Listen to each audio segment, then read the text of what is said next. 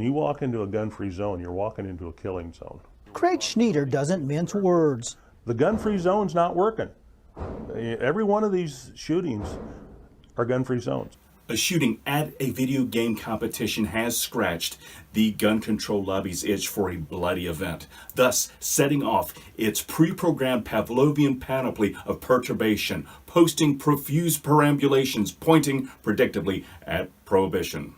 However, their favorite high-profile tragedies are, at least in part, monsters of their own creation, as suggested by one recurring detail that seems to accompany these gross mishaps.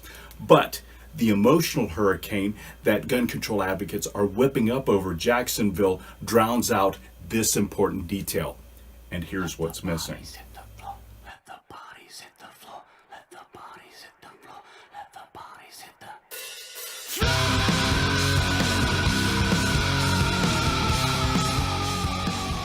Parkland, Pulse, Virginia Tech, Sandy Hook, Columbine. All of these are rallying cries for gun control, kind of like the Alamo. Except, historically speaking, the Alamo was a failure, a defeat during the Texas Revolution.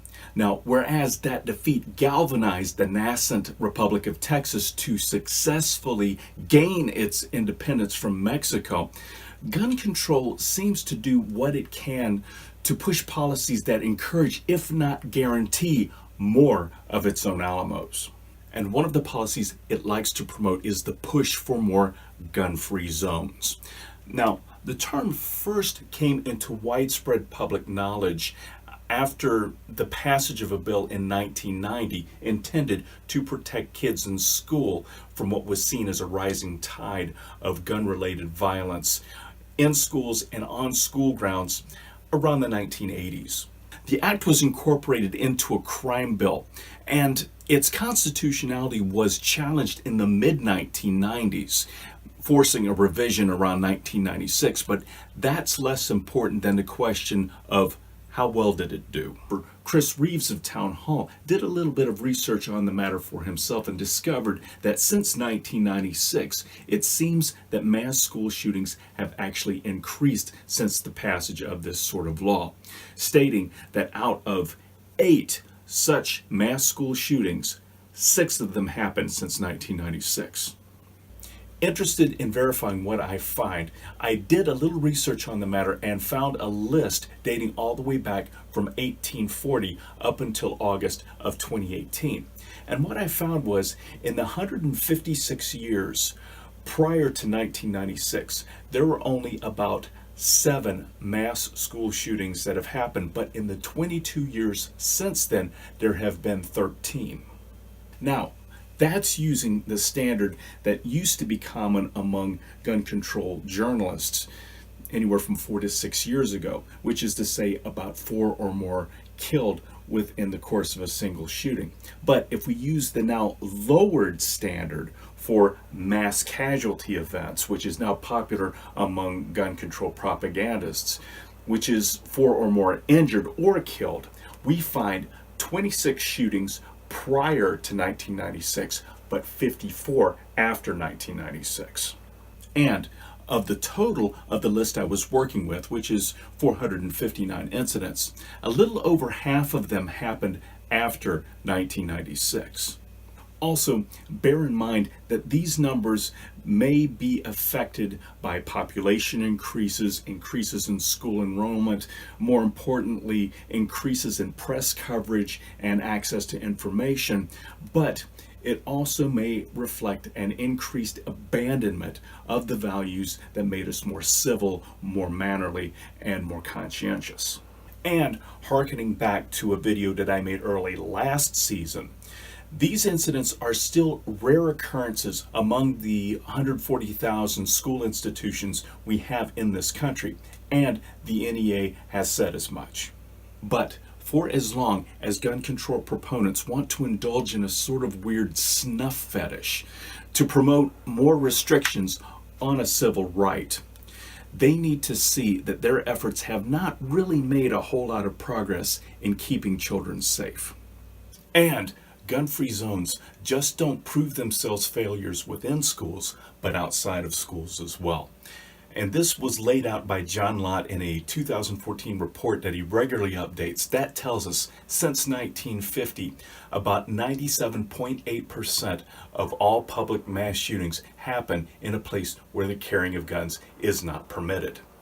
Quite naturally, gun control groups like Everytown take exception to those claims, saying, most mass shootings take place in private homes. Except Everytown and its ilk loves to play fast and loose with what they call mass shootings, including injuries in the interest of inflating stats to support their preconceived conclusions. Furthermore, if mass shootings are so prevalent in these private spaces as Everytown claims to be, you would expect them to focus on the problem where it's happening and make repeated mention of it time and again, like they've done with Sandy Hook and elsewhere. But they don't. Their Alamos tend to be places like Parkland or the Pulse Club or Aurora or Las Vegas, not some obscure apartment in Englewood, Chicago, which demonstrates just how worthless Gifford's B+ rating for Illinois really is.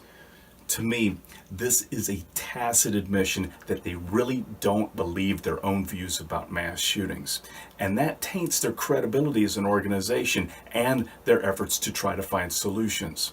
Inadvertently, this approach also underscores the fact that mass shootings tend to happen in gun-free zones. Interestingly enough, the lethality of gun-free zones are also demonstrated worldwide, as has been laid out again by John Lott.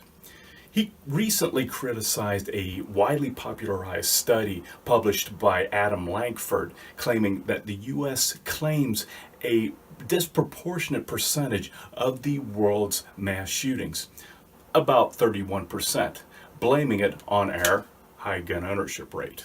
Lott retorts that Lankford reached his conclusions with shoddy data and sloppy research, underscored by the fact that Lankford will not allow his data set to be publicly scrutinized so as to check for the integrity of his findings. But in the course of doing all his research, Lott discovered that the U.S., with its more liberal gun laws, commits not 31% of mass shootings, as Lankford claims, but rather less than 3% of them, which is less than our 5% share of the world's population. Furthermore, Lott has pointed out that the worst mass shootings in the world tend to happen outside the U.S. Some of the most clearest examples in recent memory are the shootings that happened in Norway and the 2 attacks in France. The obvious reason that gun-free zones make such good kill zones is the vulnerability that naturally arises from disarming people in public places while making no further provisions for their security. Now, most people will follow whatever rules you set in front of them. You don't want guns here? Well, I guess we won't bring them in. But those sick individuals with murderous agendas and don't really care about the rules will gladly take advantage of that vulnerability, will gladly enter into that environment where targets will not shoot back and rack up bodies. And we see this time and again in schools, in certain public places, and even worldwide. But gun control's answer is always stupidly the same. Keep making people more and more vulnerable. And then they have the audacity to act shocked when another high casualty shooting event happens in a gun-free zone that they have demanded and they have created. And so the cycle continues where it is allowed.